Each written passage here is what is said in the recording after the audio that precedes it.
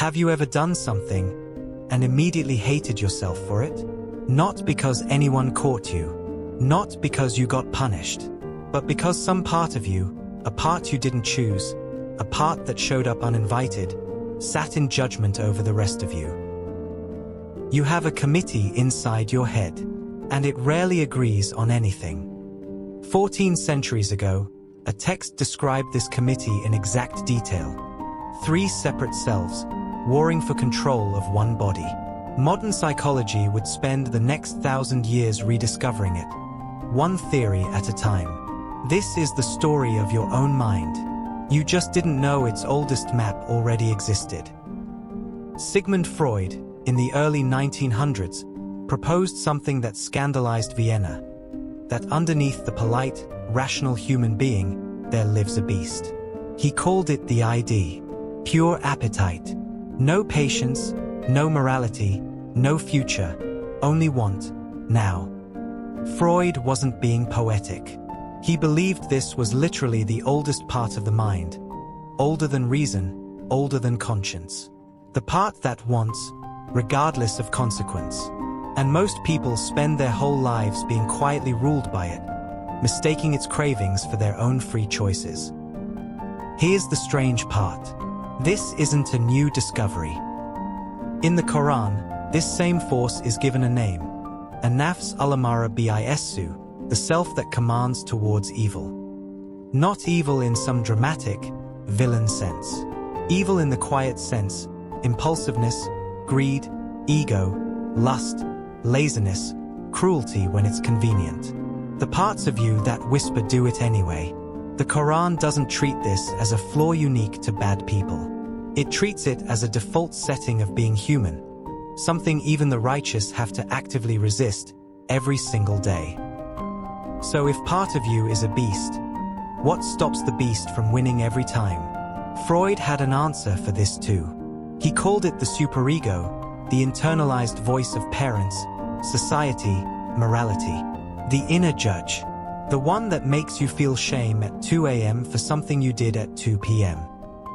But again, this isn't new. This voice already had a name. The Qur'an calls it a Nafs al-Lawwamah, the self that blames. It's mentioned directly. Notice what this verse actually does. It doesn't just describe this inner critic, it swears by it.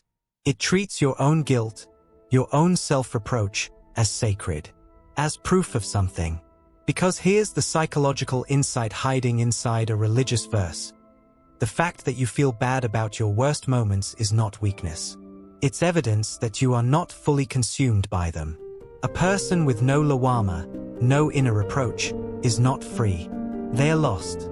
Modern therapy spends entire sessions trying to get people to listen to this voice without being destroyed by it, to hear the guilt without spiraling into shame. 1400 years earlier, this was already named as one of the 3 pillars of the human self. So you have a beast, and you have a judge, locked in permanent conflict. Is that just it? Is that the whole human condition? An endless tug of war between craving and guilt? Freud thought there was a referee. He called it the ego, the part of you that negotiates between the beast and the judge, trying to survive in the real world. But the Islamic framework goes one step further than Freud did. It doesn't just describe a negotiator. It describes a destination. A Nafs al-Mutma'innah, the soul at peace, the tranquil self. This is not the absence of desire.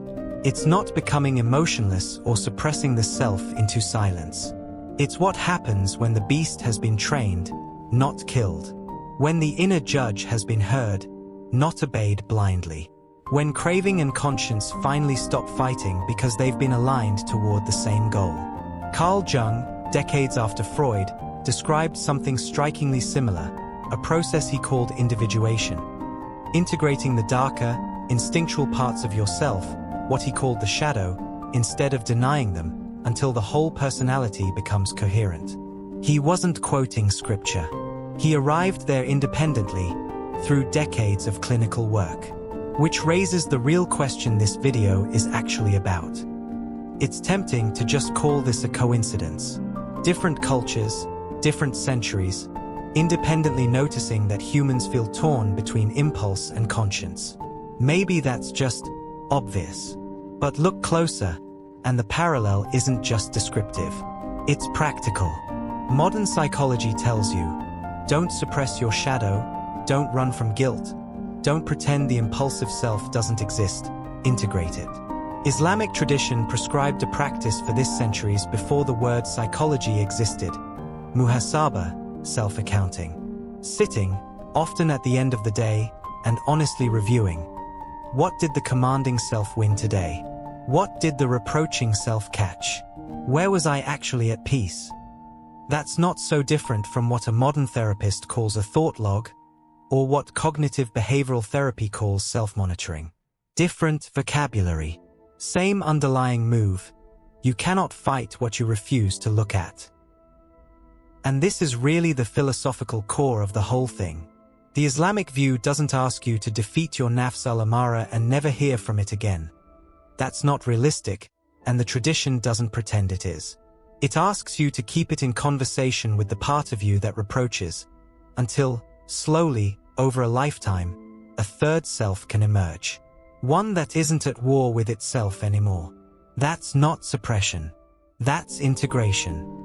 It just used spiritual language instead of clinical language to describe the same battlefield. So maybe the discomfort you feel, that committee arguing inside your head every single day, isn't a malfunction. Maybe it was never something to eliminate. The beast gives you drive. The judge gives you conscience. And the war between them, fought honestly, day after day, is not a curse you were unfairly given. 1400 years ago, someone already drew the map of the war inside you. The only question left is what you do with it.